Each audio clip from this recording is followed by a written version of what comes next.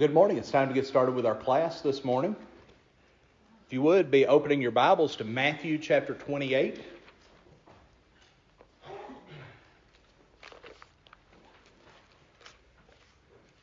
Matthew chapter 28.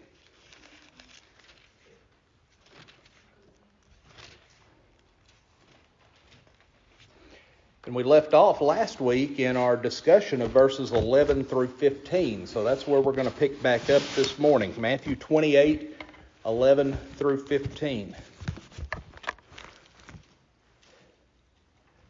Good to see everybody. Beautiful sunshiny day for a change, and looking forward to a beautiful day.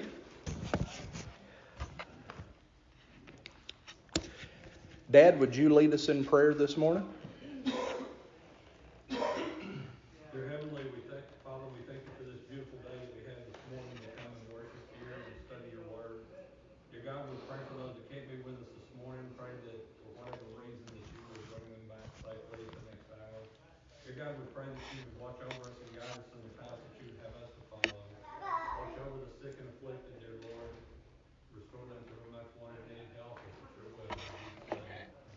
Amen. Well, last week we started talking about a group of people that up to this point we had really neglected discussing much about, and that was this band of soldiers that had been sent by Pilate to guard the tomb of Jesus. You may remember that on the Sabbath day, the chief priests, they assembled with Pilate, which was against the law of the Sabbath for them to assemble in such a way to conduct that type of business. But they came to Pilate and indicating that they had been listening to what Jesus was saying. They came to Pilate, they said, he says that he's going to come back from the dead, and we're afraid that his disciples are going to come. They're going to steal his body away to try to deceive people into believing that he's risen. They said, we want a guard. We want a watch of soldiers to go and stand guard over the tomb. Well, you may remember, we've mentioned several times, Pilate really wasn't that keen on dealing with this issue.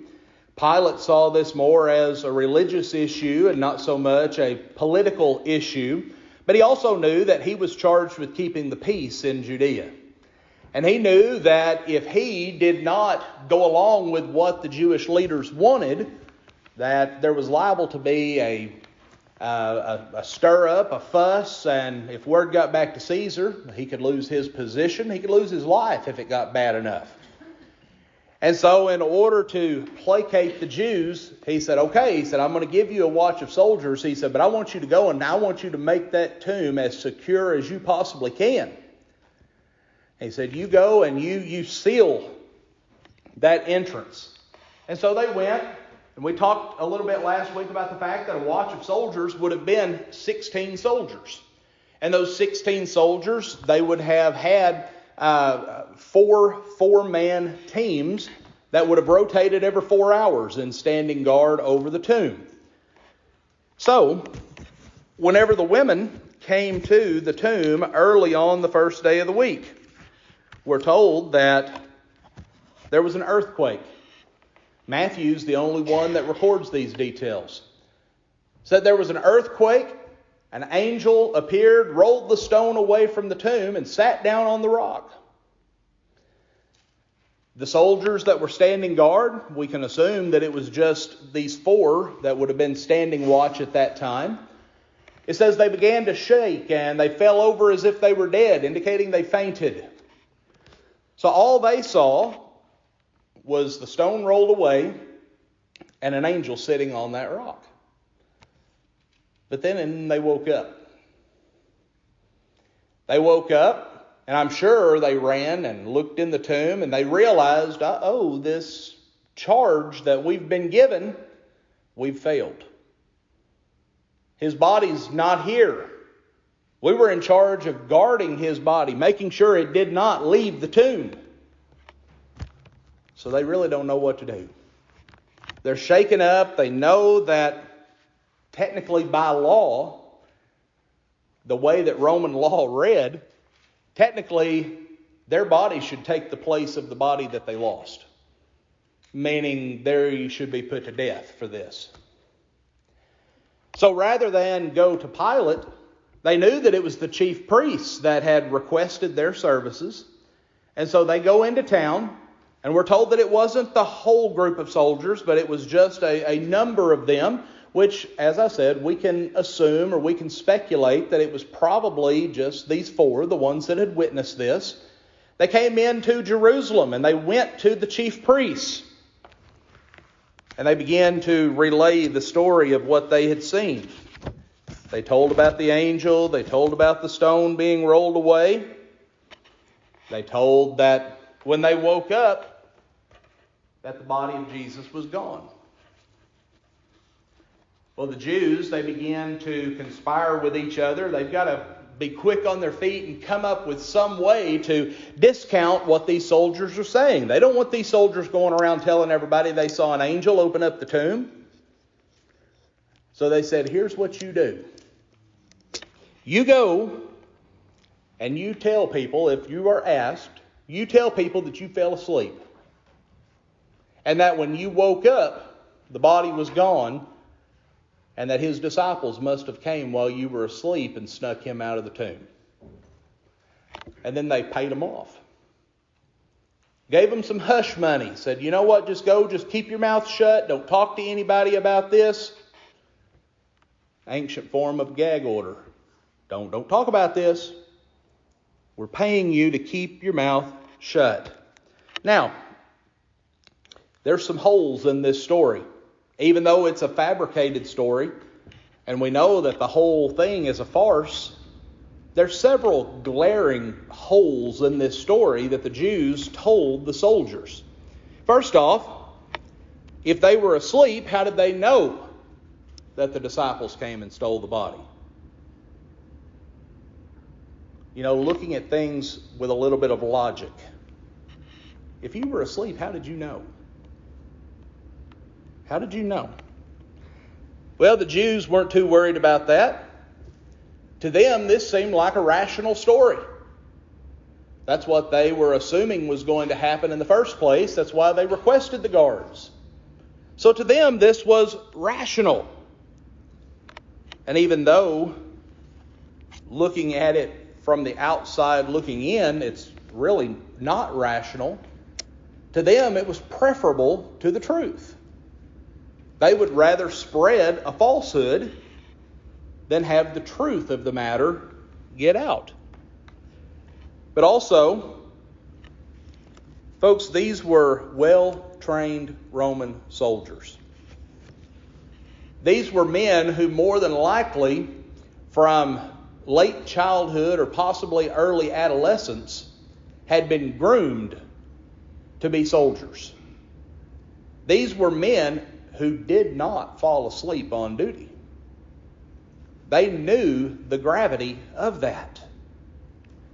And so when this story gets out that these soldiers fell asleep, once again, that's not rational. That's not something that soldiers do. Especially four of them. You know, we might be able to explain away that, one of them stayed up too late the night before, whatever, and fell asleep on guard. But all four? That's not rational. But also, if it truly was disciples of Jesus,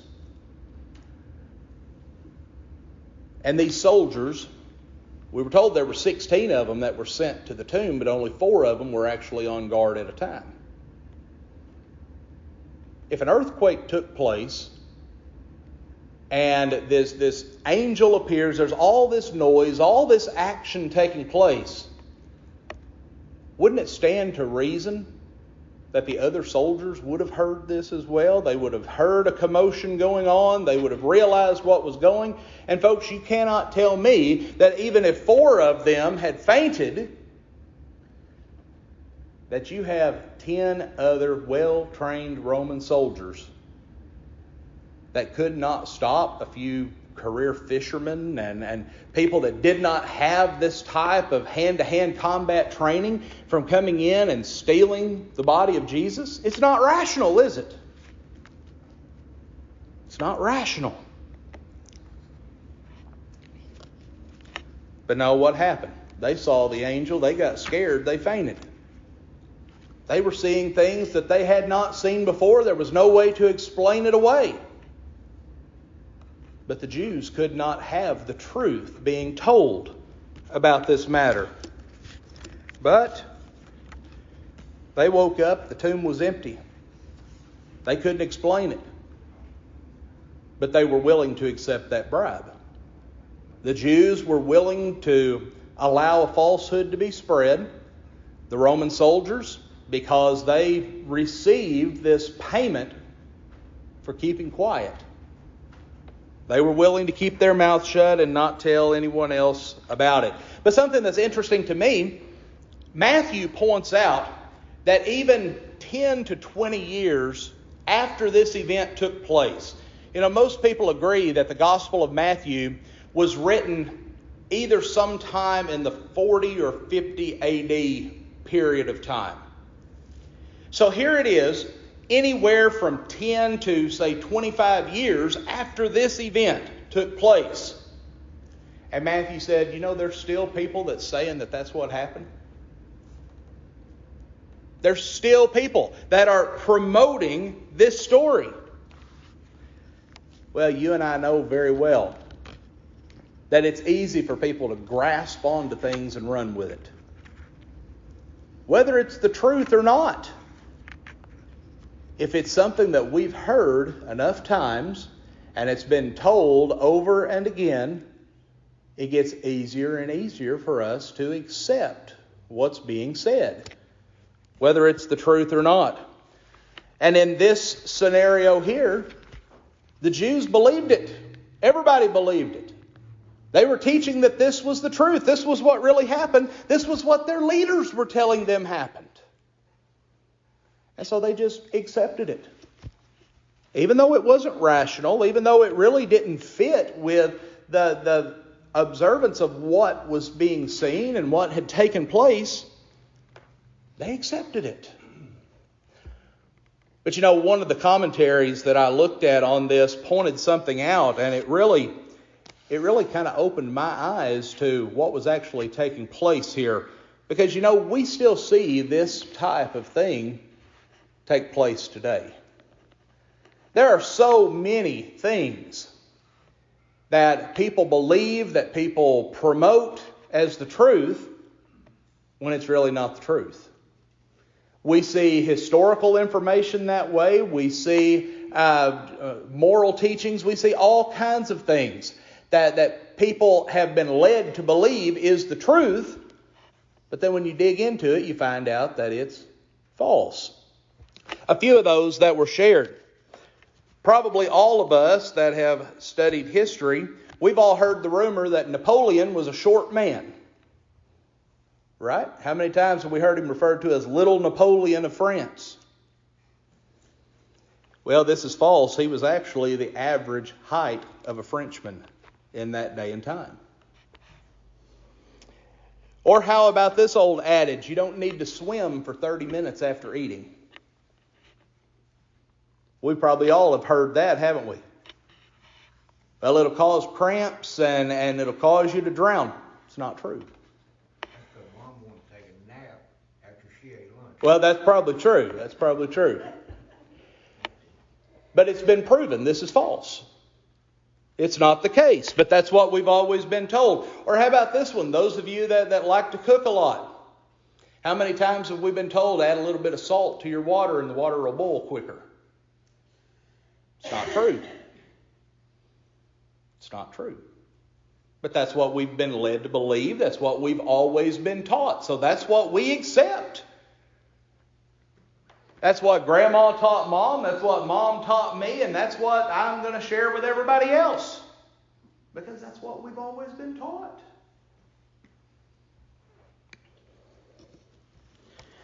Or how many of us can remember as kids being told in cold weather, make sure you wear a hat because all of your body heat or most of your body heat escapes through the top of your scalp?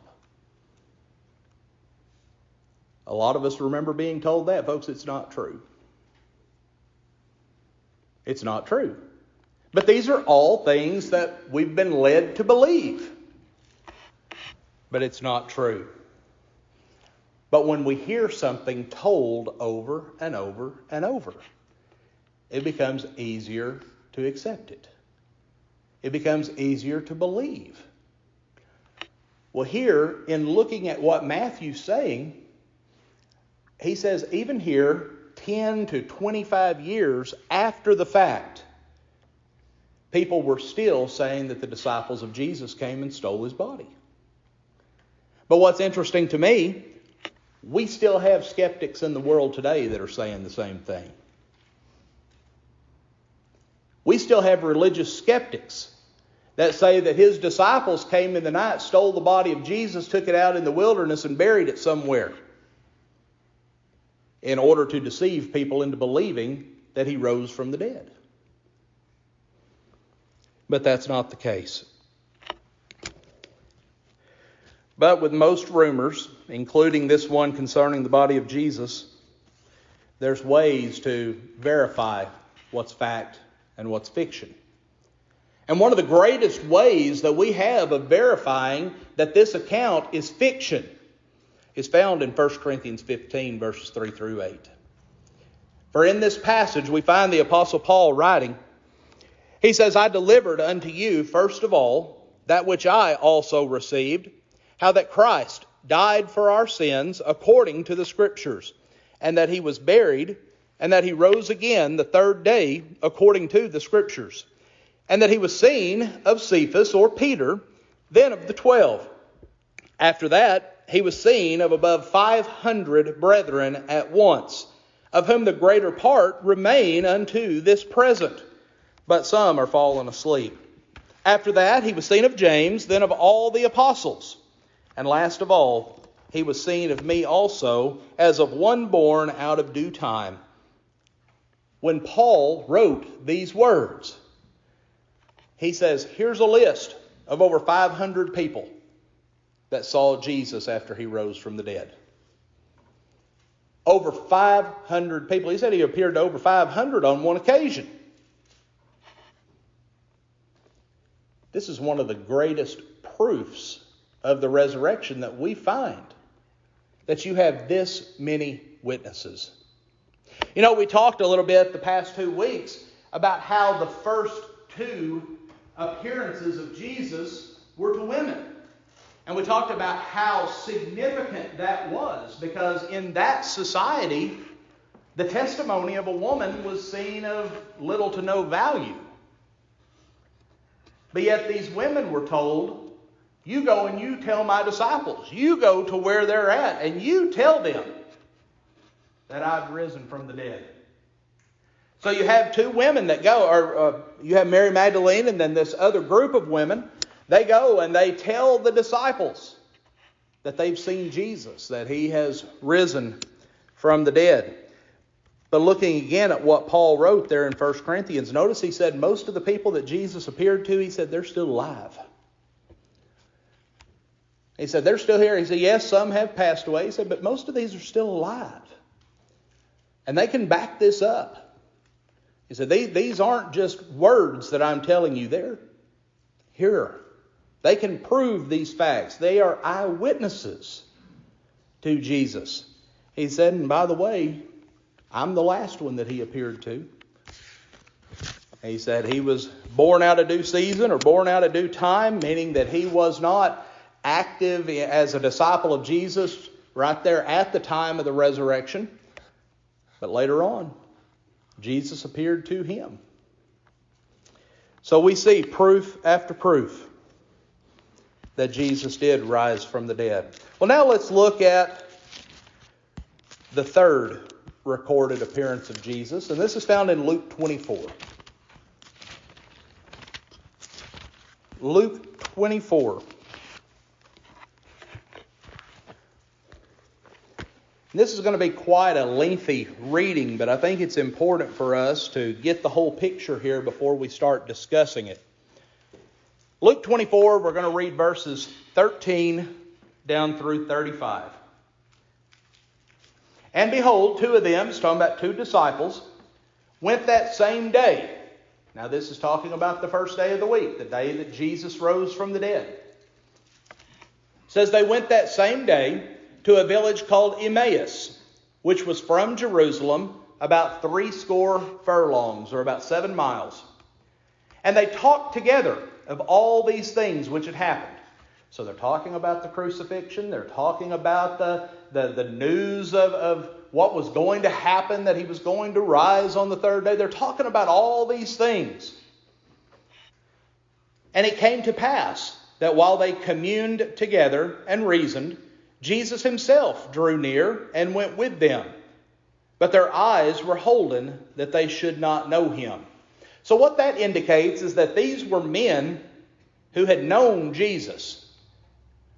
But their eyes, as it says here, their eyes or their understanding was held back from realizing who Jesus was. Now, whether this was something that was done naturally, kind of like with Mary Magdalene, with the distress that she was in, she didn't recognize Jesus at first, or whether this was something that Jesus himself had done, so to speak, in a miraculous way to keep them from recognizing him initially, the text doesn't say. But what we do know is that initially, as they're walking down the road, Jesus comes, he joins himself to them, but they don't recognize who he is. Well, as they continued walking along, Jesus said unto them, verse 17, "What manner of communications are these that ye have one to another as ye walk and are sad?" He said, "Guys, what are you talking about? What's going on? What has you so upset?" And one of them, whose name was Cleopas, answering, said unto him, "Art thou only a stranger in Jerusalem, and hast not known the things which are come to pass there in these days?" He said, "Have you not been around Jerusalem? Have you not seen and heard the things that were taking place?" And I love this term here. Are you the only stranger in Jerusalem? Are you the only one that doesn't know what has taken place? And Jesus said unto them, "What things?" Jesus knew. He knew what it was they were talking about. He knew why they were sad, because from the text it would seem to indicate he knew who these men were. But he wants to hear what they have to say. He wants to hear their relaying of this account. What is it? What things? And they said unto him concerning Jesus of Nazareth, which was a prophet mighty in deed and word before God and all the people, and how the chief priests and our rulers delivered him to be condemned to death and have crucified him. But we trusted that it had been he which should have redeemed Israel. Beside all this, today is the third day since these things were done. So starting out, notice it says, it's about Jesus. And Jesus came, he was a great prophet, and we thought he was going to be the Messiah. But notice here, they still misunderstood the ministry of the Messiah.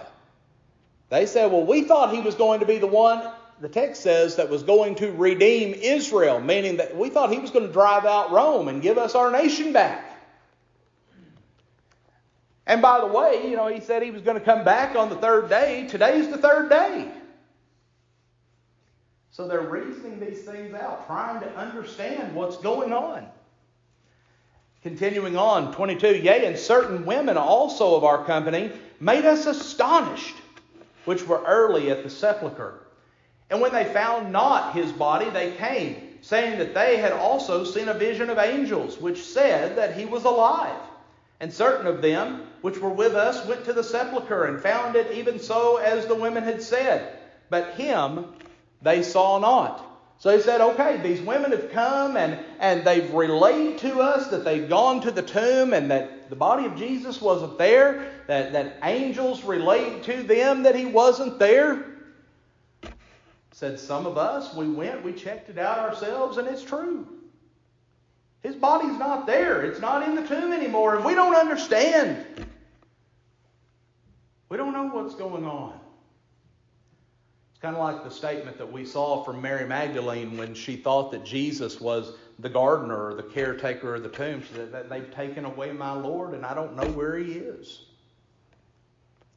And that's kind of the same thing that we see with these men. They said, we really don't know. All we know is that Jesus has been crucified, that he was laid in the tomb 3 days ago, and now he's not there. These ladies say that an angel appeared to them and told them that he's risen. But how do we know? All we have is their word to go on. But look at 25, how Jesus responds to them. O fools and slow of heart to believe all that the prophets have spoken. Ought not Christ to have suffered these things and to enter into his glory? So reasoning with them,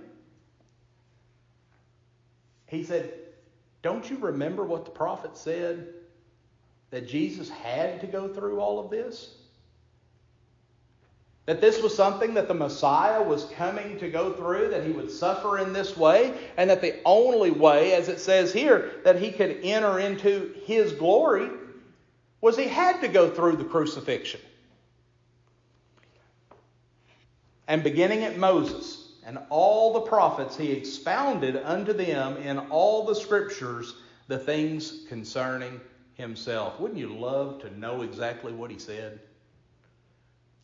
Notice it said starting all the way back at Moses and going all the way through the prophets, he told them everything that was prophesied about him.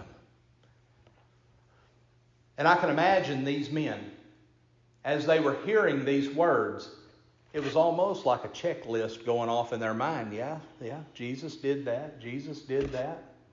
Yeah, he fulfilled that prophecy.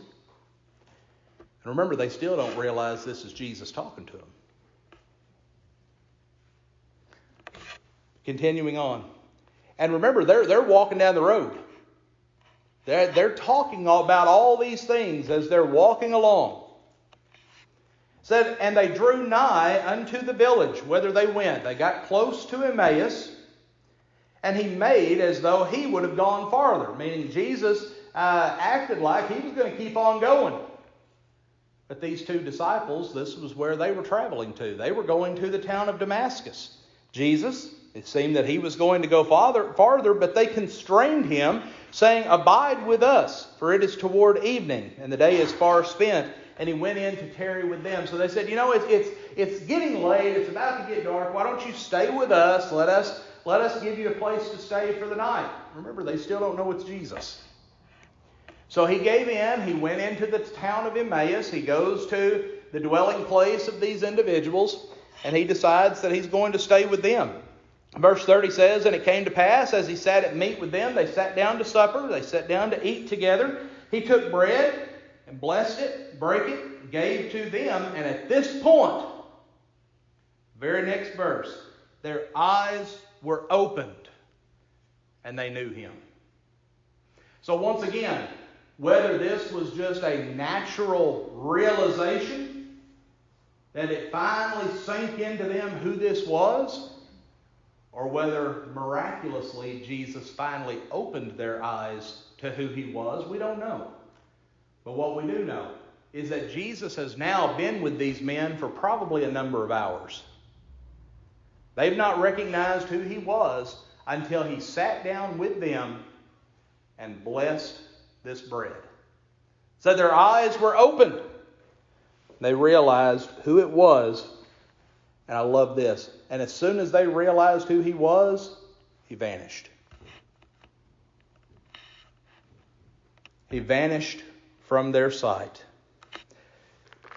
Could you imagine being those two men?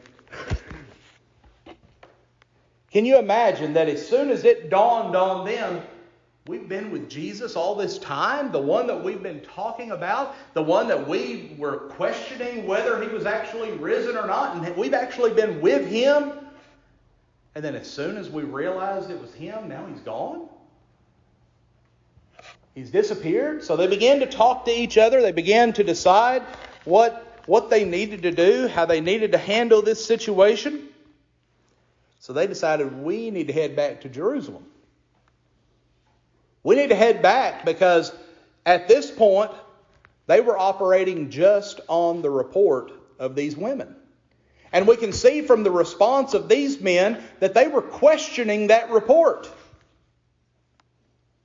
They said, okay, we need to get back to Jerusalem as quick as possible. We need to get back and we need to let the disciples know that we've seen Jesus, that he is actually risen.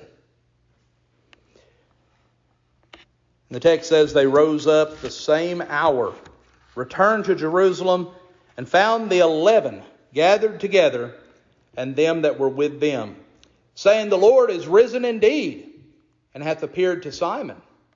And they told what things were done in the way, and how he was known of them in the breaking of bread. So let's talk about this for just a moment. These men, they went back to Jerusalem. They realized who they were with, realized the importance of passing along this message because they knew that, number one, as disciples, number two, as men, that their testimony would be given more credibility than that of the ladies. And so they get back to Jerusalem as fast as they possibly can. They go back to the place where the disciples were gathered. Now, if you look at John 20, verses 19 through 23, and you don't have to turn there if you don't want to, but this is a parallel account of what we're reading here. John words it as if only the disciples were present on this occasion. All the disciples, of course, minus Thomas, were present when these men arrived. But Luke records that there was a crowd of people that was there. A crowd was where the disciples were. And like the women in Luke 24 and verse 10, these men come into the midst of this gathering. They say, we've seen Jesus. He appeared to us. He walked with us. He ate with us. As soon as we realized who he was, he disappeared. But he's risen. He's alive, just as the ladies have said. And oh, by the way, and apparently Jesus revealed this to them. And by the way, he's appeared to Simon. This is talking about Peter. By the way, he's appeared to Peter.